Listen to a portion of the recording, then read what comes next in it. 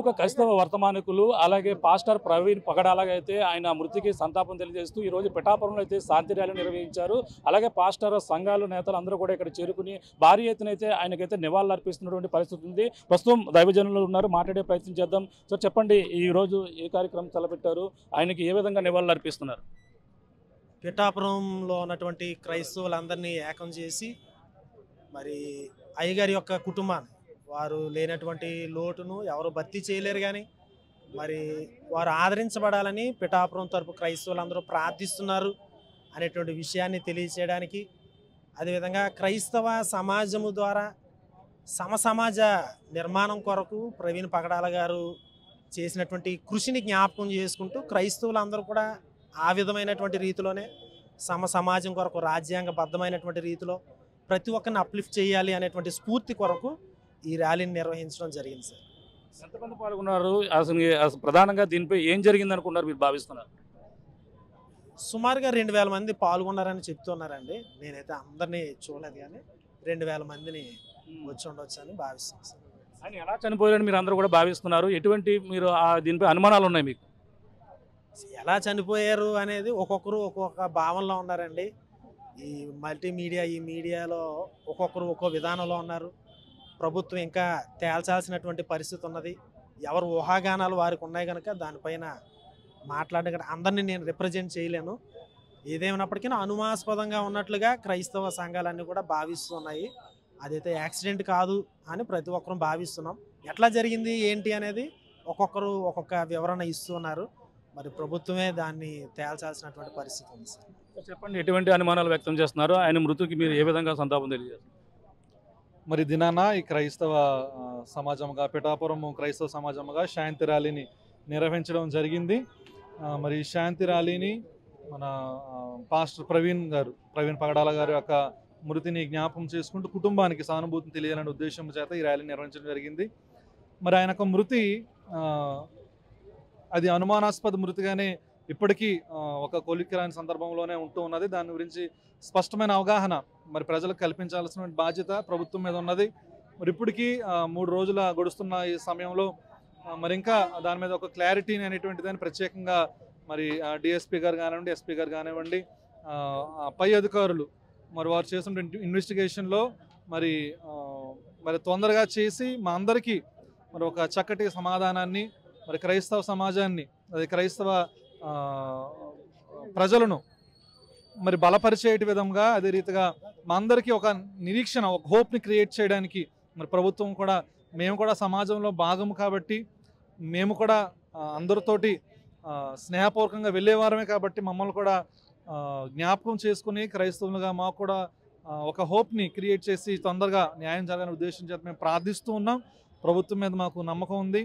మరి త్వరితగతిన చక్కటి ఇన్వెస్టిగేషన్ చేసి ఒక మంచి రిపోర్ట్ని ఇస్తారనే ఉద్దేశాన్ని మేము తెలియజేస్తున్నాం. చెప్పండి, ఎటువంటి అనుమానాలు వ్యక్తం చేస్తున్నారు? అసలు ఏం జరిగిందని మొత్తం అందరూ కూడా భావిస్తున్నారు?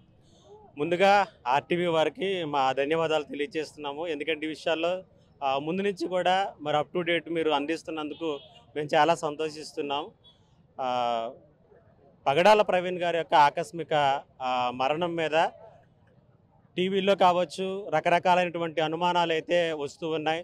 అది యాక్సిడెంట్ అని, లేకపోతే అది యాక్సిడెంటల్ కాదని, ఏమైనప్పటికీ కూడా ప్రభుత్వం మీద పోలీసు వారి మీద మాకైతే నమ్మకం ఉంది. పారదర్శకంగా దీని మీద దర్యాప్తు చేసి మరి నిజానిజాలను సమాజానికి తెలియచేయటం ద్వారా మరి ఇలాంటి ఒకవేళ అది ఎలాంటి డెత్ అయింది మేము తెలుసుకోవటం, రెండవదిగా ఇటువంటి రిపీట్ అవ్వకుండా చూసుకోవటం ద్వారా మరి సమాజంలో, ఎందుకంటే అన్ని రకాల మతాలకు సంబంధించినటువంటి ప్రజలంగా మనము ఒకే ఇంట్లో నివసిస్తున్నాం. ఇప్పుడు వరకు ఇటువంటివి ఏమీ కూడా లేవు.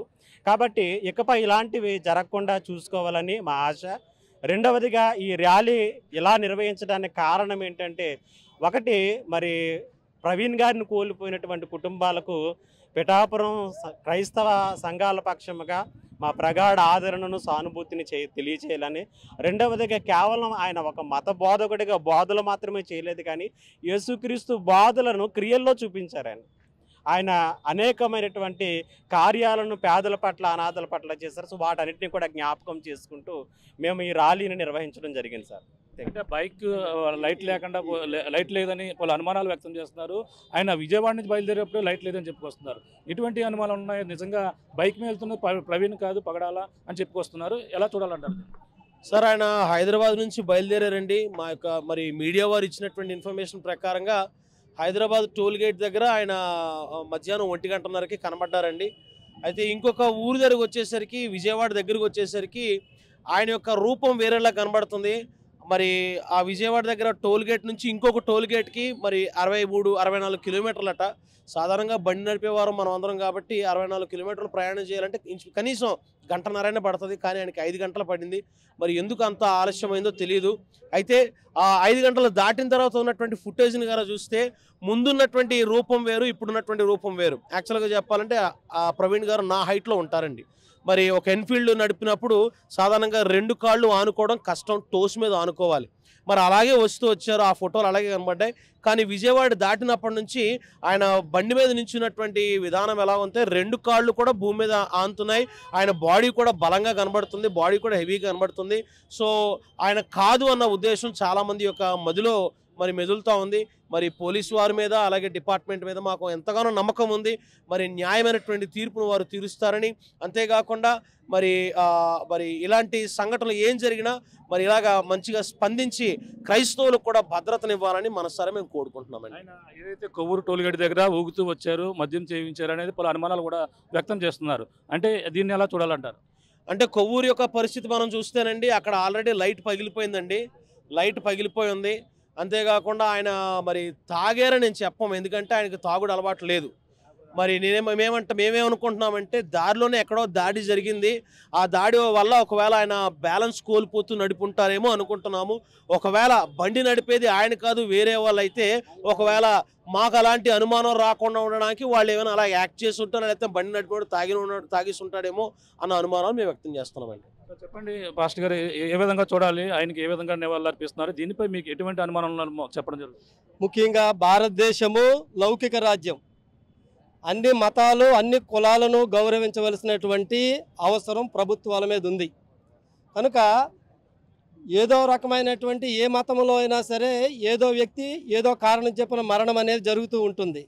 కనుక అక్కడ ఉన్నటువంటి దివాన్ చెరువులో ఉండేటువంటి ఆ కొంతమూరు సమీపంలో ఆ మరణం సమీపించినటువంటి ప్రాంతం చూసినప్పుడు చాలా అనుమానాస్పదమైనటువంటి అంశాలు ఉన్నాయి. ఆ అనుమానాస్పదమైనటువంటి అంశాలకు అన్నింటికీ సమాధానము చెప్పవలసినటువంటి పరిస్థితి ప్రభుత్వం మీద ఉంది. కనుక క్రైస్తవ లోకము 2 రాష్ట్రాలకి సంబంధించినటువంటి ప్రశ్నకు సమాధానము ఆంధ్రప్రదేశ్ ప్రభుత్వము తెలియచేయాలి. అందులో ముందుగా పోలీసు వారు తెలియచేయాలి. కనుక ఇందులో ఎటువంటి స్వార్థము అనేది లేకుండా లేదంటే మత విద్వేషాలకు తావు లేకుండా నిజాలను పోలీసు వారు ప్రభుత్వము బయటపెట్టి ప్రభుత్వం మీద క్రైస్తవులకు ఉన్నటువంటి నమ్మకాన్ని రుజువు చేయాలి. అది యథార్థంగా రుజువు చేయాలి. ప్రమాదం అయితే ప్రమాదము లేదు, అది వేరే కారణాలు ఉన్నట్లయితే ఆ కారణాలను అటువైపు ఎవరున్నారు ఏంటనేది కాకుండా క్రైస్తవ లోకానికి యథార్థత చూపించవలసినటువంటి అవసరము ప్రభుత్వం మీద ఉంది. కాబట్టి ప్రభుత్వ అధికారులను పోలీసు వారిని ఎంత తొందరగా దీనికి పరిష్కారం చూపించవలసి వస్తే అంత పరిష్కారం చూపించి ఆ కుటుంబానికి న్యాయం చేయాలని, ఆ కుటుంబానికి బెదిరింపులు లేకుండా ఆ కుటుంబము మిగతా కుటుంబాల వల్ల స్వేచ్ఛగా ఉండాలని అటువంటి ప్రొటెక్షన్ ప్రభుత్వాలు వారికి దయచేయాలని మేము తెలియజేస్తున్నాం. Thank you. చూస్తున్నాం ఇది పరిస్థితి. పిఠాపురంలో అయితే ఈరోజు ఆయన మృతికి నిరసనగా శాంతియుత ర్యాలీ చేపట్టారు. ప్రధానంగా దీనిపై ప్రమాదం అని చెప్పాలి, లేదంటే అది ఏ విధంగా జరిగింది అనేది కూడా ఆ విధంగా మొత్తం అన్ని కూడా చెప్పాలంటూ చెప్పుకొస్తున్నారు. ఈ విధంగా ప్రభుత్వం పక్కన పోలీసులు కావచ్చు అందరూ కూడా దీనిపై పూర్తి విచారణ చేపట్టి అలాగే క్రైస్తవులకు కూడా సరైన రక్షణ కల్పించే విధంగా వ్యవహరించాలంటూ చెప్పుకొస్తున్నటువంటి పరిస్థితి. అలాగే పిఠాపురంలో భారీ ఎత్తున క్రైస్తవ సంఘాలు అలాగే పాస్టర్లు కూడా దైవజనులు పాల్గొని ఈరోజైతే ఆయనకు నివాళులు అర్పించినటువంటి పరిస్థితి ప్రధానంగా కనపడుతుందని చెప్పాలి. ఇది కూడా తాజా పరిస్థితి. కెమెరామెన్ అనిల్తో ప్రకాష్, RTV పిఠాపురం నుంచి. మరిన్ని వీడియోస్ కోసం ఛానల్ ని సబ్స్క్రైబ్ చేయండి. లేటెస్ట్ అప్డేట్స్ కోసం వాట్సాప్ ఛానల్ ని ఫాలో అవ్వండి. ఆ లింక్ డిస్క్రిప్షన్ లో ఉంది.